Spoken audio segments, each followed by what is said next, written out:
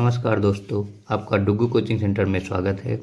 आज हम जिन स्टूडेंट्स का अभी जून में एग्ज़ाम होने वाला है उनके लिए आज हम लेकर आए हैं बायो के कुछ बहुत ही इम्पोर्टेंट क्वेश्चंस, जिसमें से आपके क्लास 12th के वो आप किसी भी एग्ज़ाम की प्रिपरेशन कर रहे हो, रुक जाना नहीं पार्ट 1 या फिर फाइनल एग्ज़ाम की, तो उनके लिए आज यह क्लास बहुत ही इम्पोर्टेंट होने वाली है। और हम इस क्लास में आपको हिंदी और इंग्लिश दोनों मीडियम के क्वेश्चंस के बारे में बात करेंगे, जिसमें से आपका पहला प्रश्न है, परागकण के स्रोत के आधार पर परागण के विभिन्न प्रकारों की सूची बनाएं और list the different types of pollination based on the source of pollen.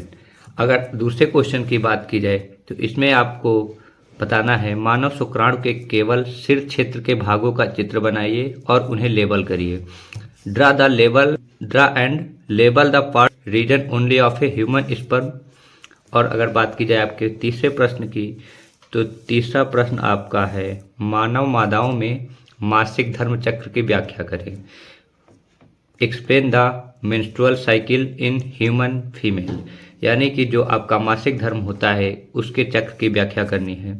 और इसी में आपका तीसरे ही प्रश्न का बी ऑप्शन है, मानव महिलाओं के मासिक धर्म चक्र की वैज्ञानिक समझ गर्भ निरोधक उपाय के रूप में कैसे मदद कर सकती है।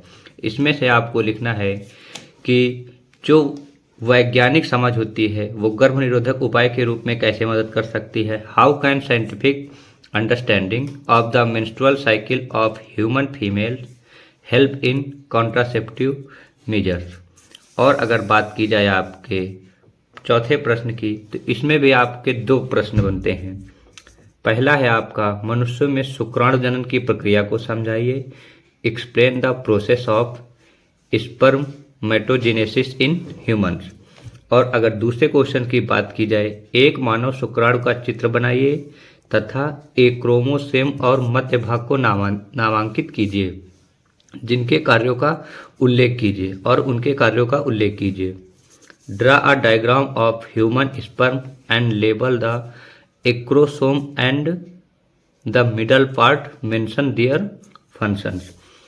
और पांचवा प्रश्न आपका बनता है इसमें, परागकोश से विसंयोजन के समय एंजियोस्पर्म में परागकण 2 कोशिका या 3 कोशिका हो सकता है। समझाइए कि 2 कोशिका अवस्था में परागकण के अंदर कोशिकाएं किस प्रकार स्थित होती हैं। At the time of detachment from the anther, the pollen grain in angiosperms may be 2-celled or 3-celled. Explain how the cells are located inside the pollen grain at the 2-celled stage.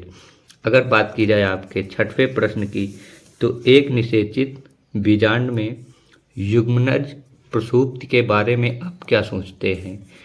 In a fertilized ovule, what do you think about zygote dormancy?